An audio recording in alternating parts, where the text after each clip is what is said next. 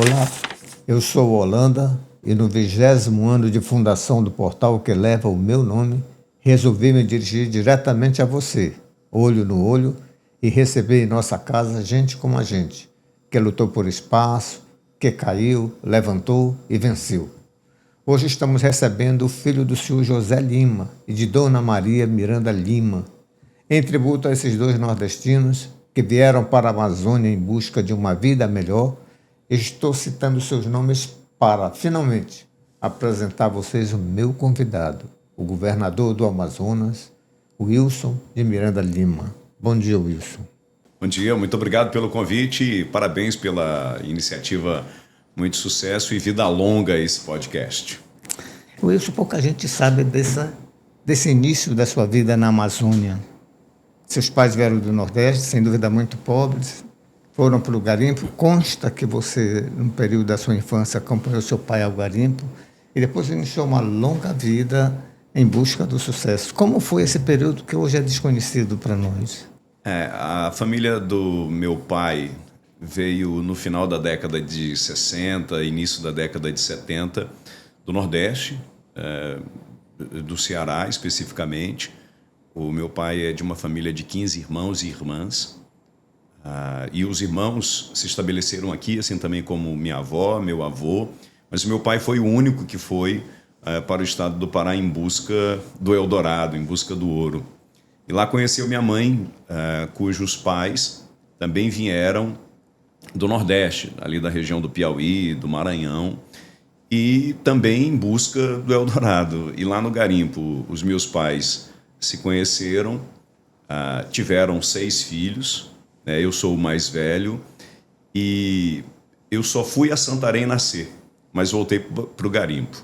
E lá vivi os meus primeiros anos, né? A minha infância, parte da minha infância foi no garimpo. Até os 5 anos de idade eu fiquei no garimpo. Então, eu e meus 2 outros irmãos nasceram naquela região ali do oeste do Pará e convivemos com essa questão do garimpo. E aí, 5 anos depois de eu ter nascido, meu pai e minha mãe decidiram se mudar para Itaituba, que é uma cidade próxima lá dessa região.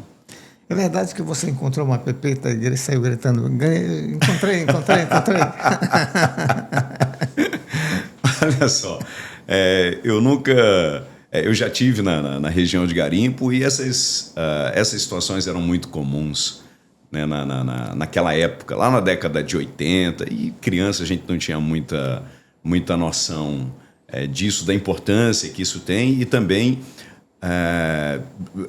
do trabalho que era feito, é um trabalho rudimentar e o quanto isso... E o prejuízo que isso traria futuramente, tanto do ponto de vista ambiental quanto do ponto de vista econômico, porque o Pará, especificamente Itaituba, já foi o maior produtor de ouro do país, quiçá do mundo, e que saía sem nenhum controle. Só para você ter ideia, o último fato que eu lembro de alguém bamburrar no garimpo, que é assim que a gente fala quando você encontra uma grande quantidade de ouro, é de um cidadão que só num barranco ele encontrou 30 quilos de ouro. Que interessante. Só num barranco. Então são histórias de uma riqueza, de um negócio absurdo, e que se você olhar hoje para a cidade, você pergunta assim, onde é que está esse ouro? Onde é que estava? Onde é que ele foi revertido? Qual o benefício que trouxe para a comunidade? Então nós chegamos a ter, lá em Itaituba, o Zé Arara era um dos homens mais ricos do Brasil, resultado da atividade garimpeira, né, de empresário ter num pátio 30 aeronaves. Então era um negócio, uma atividade econômica muito significativa, mas que até então não se tinha as preocupações que tem hoje, e eu vejo isso como na condição de gestor com muita clareza, de entender qual que era o legado de tudo aquilo. Itaituba chegou a ter o aeroporto mais movimentado do mundo, mais movimentado que o aeroporto de Nova York em números de pousos e decolagem. Então a gente viveu um momento muito intenso nesse sentido.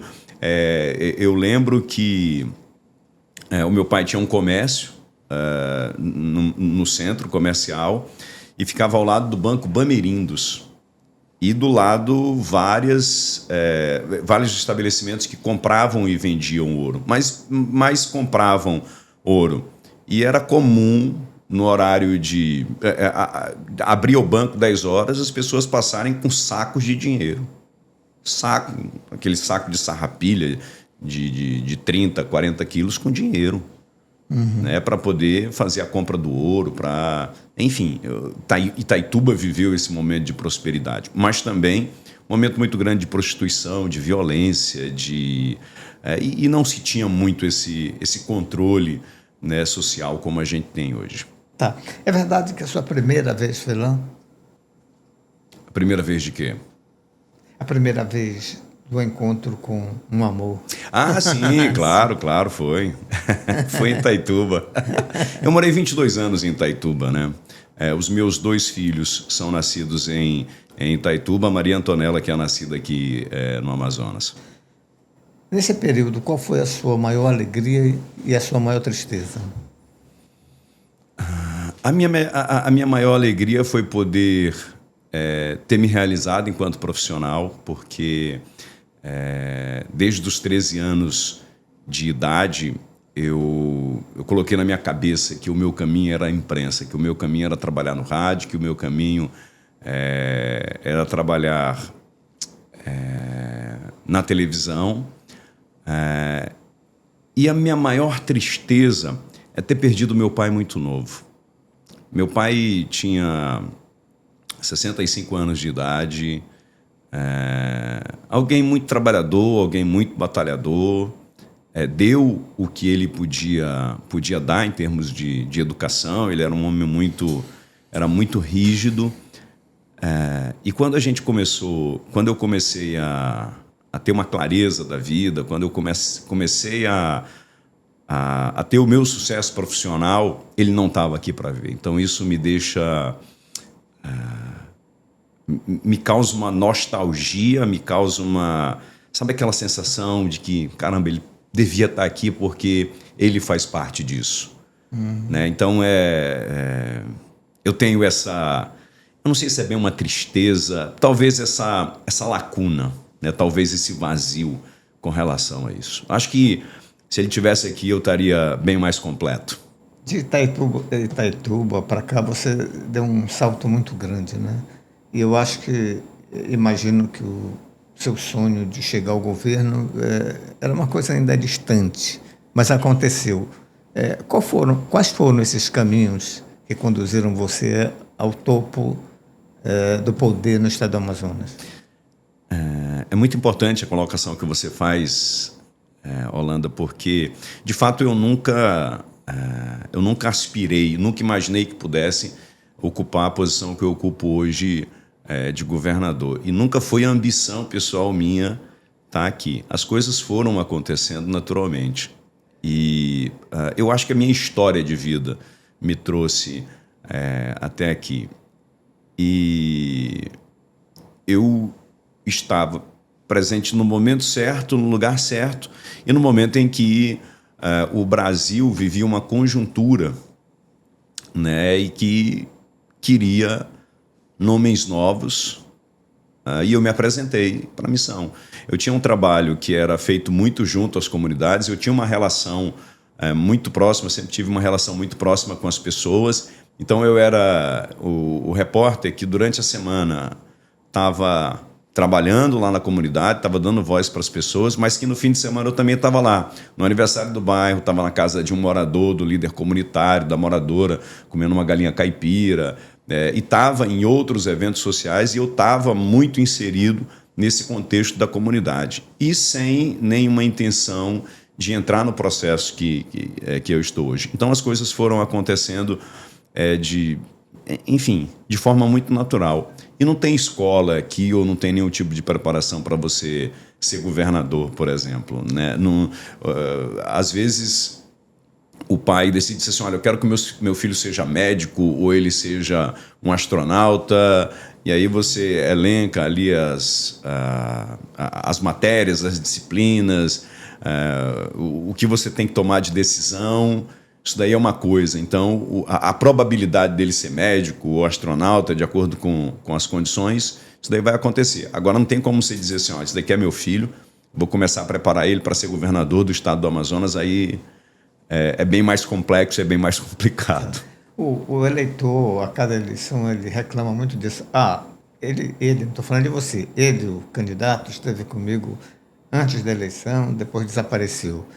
Você está dando um caminho, mas hoje eu percebo que o Wilson já não faz o que ele fazia em busca do primeiro mandato de governador. O que aconteceu? Você se elitizou? Não. É porque a dinâmica disso daqui, ela acaba mudando. Porque no momento em que você é candidato, por exemplo, e você está inserido num outro processo, o público com quem você conversa, ele é um. Quando você ocupa a condição de governador, naturalmente que eu preciso dar resposta para essas pessoas que me elegeram, e esse é o meu patrão, é para ele, para quem eu trabalho, mas governador precisa se relacionar com a Assembleia Legislativa, precisa se relacionar com as instituições, com as organizações, precisa se relacionar com o ministro do governo federal, precisa se relacionar com outros campos que são importantes para manter a estrutura estatal e fazer com que efetivamente as coisas aconteçam. E aí você acaba tendo mais atribuições e aí é que o tempo fica exíguo para você dividir essas responsabilidades. Por exemplo, ontem eu tive em Brasília numa reunião importante com a Ineva, que é a empresa que está instalada ali no município de Silves, para anunciar novos investimentos e eu já estou adiantando aqui para vocês, novos investimentos ali no município de Itacoatiara, próximo do município de Itacoatiara, que é um novo campo exploratório. E, na sequência, eu fiz uma entrega para a Petrobras de CDRUs para ela voltar, depois de 10 anos, a fazer campanhas exploratórias ali no campo de Urucu. São 20 novos postos que serão construídos. Então, tudo isso significa geração de emprego e renda. Cheguei ontem, na madrugada de hoje, e já cedo eu já estava dando entrevista para as emissoras de rádio, estava falando com o pessoal de Carauari, porque a gente vai ter lá a primeira atividade de comercialização de quelônios manejados, né? Tracajá, tartaruga, tudo certificado. Então, você acaba entrando numa dinâmica, né, de obrigações aqui que você tem que ir dividindo esse tempo aí e administrando da melhor forma possível. Mas deixa eu lhe falar uma coisa. Nada me dá mais satisfação do que estar nas ruas. É isso que me realiza. É isso que me realiza não só enquanto governador, mas enquanto cidadão, enquanto ser humano, e principalmente quando eu estou no interior. Eu estou no interior, eu estou em casa. Tá. Na conversa privada que tivemos antes da entrevista, eu falava de uma obra que deixasse uma marca sua para o futuro. Você falou de estradas, de rapidão, essas coisas. Só que me parece que as coisas são feitas sem um planejamento adequado. Por exemplo, vocês fizeram um rapidão e a gente nota durante o trajeto uma série de sinais com limite de velocidade, 60 quilômetros. Mas ali não é o rapidão? Uma outra coisa, você sai do aeroporto, antigamente a gente tinha a opção de seguir para Ponta Negra imediatamente naquele retorno. Vocês bloquearam aquilo, se anda 5 quilômetros para retornar. Então, há uma série de questões que eu acho que a engenharia, os técnicos do governo não avaliam com critério. Como é que você vê isso? Na verdade, o Rapidão ele é um planejamento que a gente tem feito de intervenção na cidade de Manaus, e a maior intervenção viária da cidade de Manaus, que inclui 40 quilômetros, que sai ali da Ponta Negra, passa pelo Tarumã, passa pela Reserva Adolfo Duque, passa pela Bola do Poraquequara, vai desembocar no Distrito Industrial e faz a ligação com a Silves e a Maués e sai lá na Manaus Moderna.